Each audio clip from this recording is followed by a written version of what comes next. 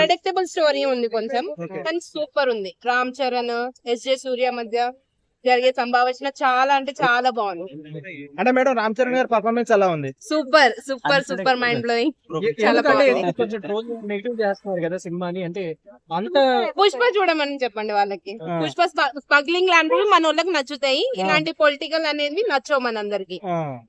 అంటే పుష్పకు అంటే ఆ మూవీకి అంతలా పాజిటివ్ రెస్పాన్స్ వచ్చింది, ఇది కొంచెం సొసైటీ యూజ్ అయ్యే మూవీకి సొసైటీ యూసేజ్ మన వాళ్ళకి నచ్చట్లేదు. పుష్ప అనేది స్మగ్లింగ్ అవన్నీ రౌడీ కంటెంట్ అనేవి చాలా నచ్చుతున్నాయి, ఇలాంటివి నచ్చట్లేదు. కానీ అంటే శంకర్ గారి సినిమాలో అనిపించట్లేదు చాలా మందికి, ఏదో నార్మల్ డైరెక్టర్ తీసినట్టు అనిపిస్తుంది కదా.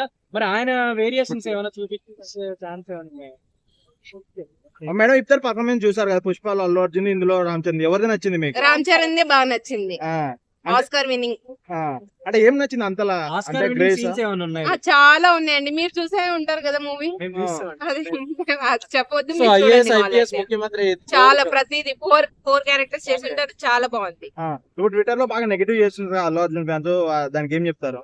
అక్కడే తెలుస్తుంది కదండి అల్లు అర్జున్ ఫ్యాన్స్ నెగిటివ్ చేస్తున్నారని చెప్పేసి. Only Allu Arjun fans negative చేస్తున్నారు, మిగతా అన్ని ఫ్యాన్స్ పాజిటివ్ అని చెప్తున్నారు. ఓకే మేడం, నిన్న ఒక ఈ మూవీకి 1,00,000 నెగిటివ్ ట్వీట్స్ పడ్డాయి కదా, అది ఎలా చూస్తున్నారు?